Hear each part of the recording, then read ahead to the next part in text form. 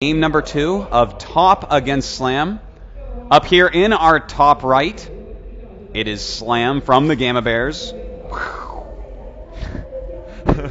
And down here in the bottom left, it is from Team Phoenix, Top. Nice. Yeah, man. I am up in the production value of this stream. Very nice. There's going to be a Reddit thread about this for sure. Oh, yeah. Check that zoom in. All right. So, what will Top be going for here? Remember, I hope it's not going to be another plain 13 Forge. It is. I think it is going to be. He's going home now? That's what he did last time. Yeah, he did. Did he go home? Yeah, he went home, battle? and then he went out and he scouted after the Forge. Oh, okay. Which was, I mean, in certain ways you get more economy, but I feel like if you're not going to scout here, you need to go for like a very early 17 Nexus into Forge scout. Yeah. But I guess that's up to him, man. You know, that's something that happens a lot in people's own metagames, where if you don't pay attention to what everyone else is doing around the world, sometimes your build orders are not quite as efficient. Yeah, that's actually true. I mean, there's a lot to be said for it too, though. In terms of mentality, sometimes when you're watching too many other people's games and you're trying to understand them, through understanding them, you kind of become them. And you start thinking like them, and suddenly you don't know who you are anymore. You lose your identity. Yeah. There you go. It happened to me, man. Did it? Oh, that's interesting. And then, like, I used to, in the early games of StarCraft, I would have my own style, and I would be practicing on ladder all the time, raising my skill, and then right before a big tournament, I would watch everyone's replays to try and study them. All the Protosses, the Zergs, the Terrans, and then suddenly I'd be a different guy. I would go to a tournament as, I don't know, Hero or Night End or a poor version of them probably. Because I'd be practicing my own style and then suddenly buying into someone else's. And that's risky. So Top very much into his own style, and there's something to be said for that, even if it is a little bit rough on the edges, because at least you're going to be comfortable. And that's actually the most important thing, is to be comfortable with the way you're playing, which is an amateur pro gamer mistake that we see a lot is changing your build right before you go into the game. Which a lot of people won't admit to it, but I will go right ahead, man. I have done it plenty of times in my old pro gamer career where I would be there and I would just change my strategy, be like, no, this is a better idea. And it's something I don't have as practice. And I mean, that's something you have to be really, really careful about. Yeah. And you know, guys, it all starts with that feeling where you say, I'm probably not good enough yet to take out this opponent, so now I suddenly need to do something else. I'm going to do something new, which is maybe going to work. Just because you picked it up on the corner of the street, and you're buying some milk, and the guy is like, you know what you should do? It's not a good idea to try and follow that. So yeah, again, keeping your own style is an important thing, but studying definitely has its place. I would recommend to any aspiring pro gamers, when you're actually studying players of your race, you know, study ones that don't necessarily just have a style you have. Like, I try to look at like MC, who can be hyper aggressive, and also Younghwa. And also, you know, I try to get it all over the place to, you know, get a full understanding of the different varieties of Protoss. Yeah, that's actually a really good advice, I think, for aspiring pro gamers. You should be a combination of following others and copying other builds, as well as being stubborn. But you got to make your own concoction, your own little, I don't know, recipe of ingredients of this person's style for that reason and this person's style for another reason. Exactly, and that's going to make you a more diverse and better player. Don't only practice all-ins, don't only practice macro. Do a little bit of everything. Alright, so Slam once again got his natural block by a pylon. He killed it, and then he pretty much checked all over the map. There's still a presence on the map, which is a probe somewhere at the bottom, but it's returning home. He sees it. Oh, this might be... Okay, so we see a Twilight Council coming up from top. I wonder where he built it. All the way in the bottom left. That's going to be very well hidden. Going to be hard for Slam to scout that out. He's just going to be making drones for now. And that Overlord, wow, he like went way too far out. He saw the Forge a long time ago, so I think that was just a misclick. Ooh, oh my god. Close. That's always frustrating as Protoss. Well, but nice for a Zerg. Well, looks like he might be just going for like a +2 Blink Stalker. Definitely a possibility here. Has a lot of gas banked up, so yeah, I think that's probably going to be what it is. Whereas it could be a Dark Shrine, of course. Yeah, it could be. It could be. But there you go, Blink on the way. Now, we do have the triple gas at the 645-ish mark again, so RC in that. Very stylistic of him.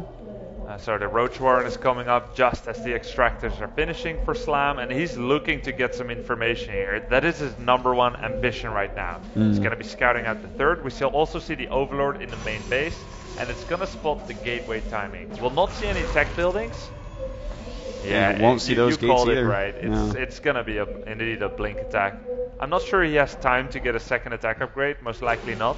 He might start it just for the later stage, but we've actually seen that out of a lot of Chinese Protosses where the +2 hasn't been lined up exactly, but they kind of the way they move out on the map and the amount they chrono boost it, it's kind of almost been there at the beginning of the attack. But well, there you go. He is chrono boosting it, so we will see. But yeah, definitely going to be a lot of Stalkers. Let's take a look. He's only got Stalkers right now.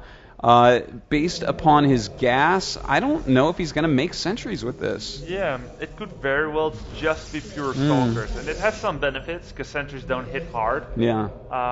We see, how many drones do we have for Slam? 62, so that's perfect for him. He's also making spine crawlers.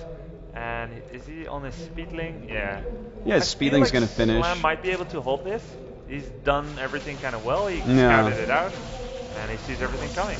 Yeah, and I mean, I actually think you're right. I think he should be able to actually end up holding this. It is just pure Blink Stalker, so it will have a lot of damage output, but again, that +2 is not timed out exactly with the beginning of this battle.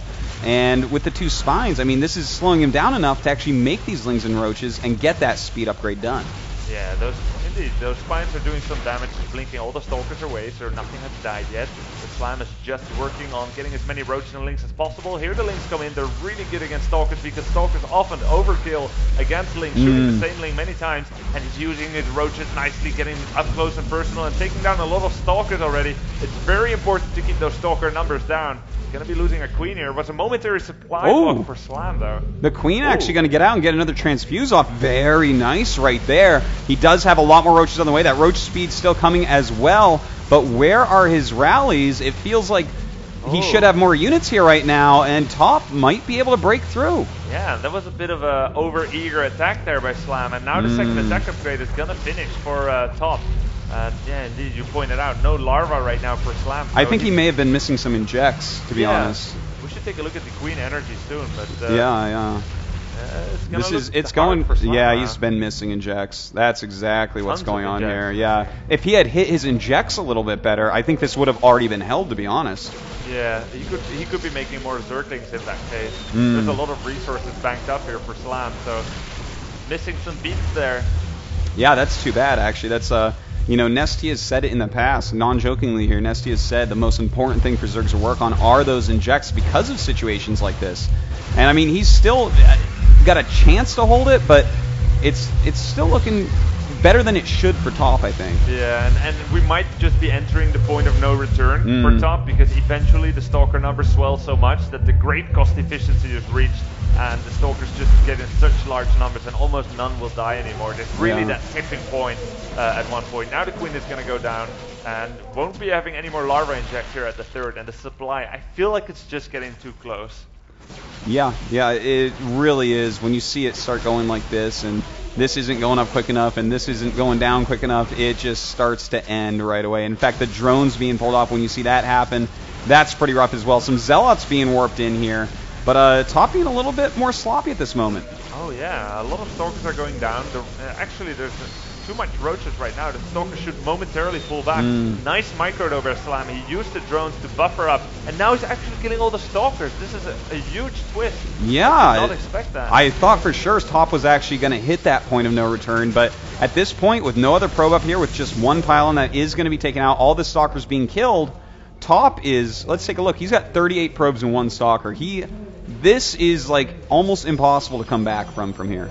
Yeah, very surprised there. A lot of drones were killed, but since the third is still alive, it won't take too long for Slam, who has a very big mineral count, to get his drones back up again. And he has 3 queens as well, so I mean, this is going to be pretty simple for him. In fact, I mean, now he's going to have to start warping in sentries with as much gas as he can.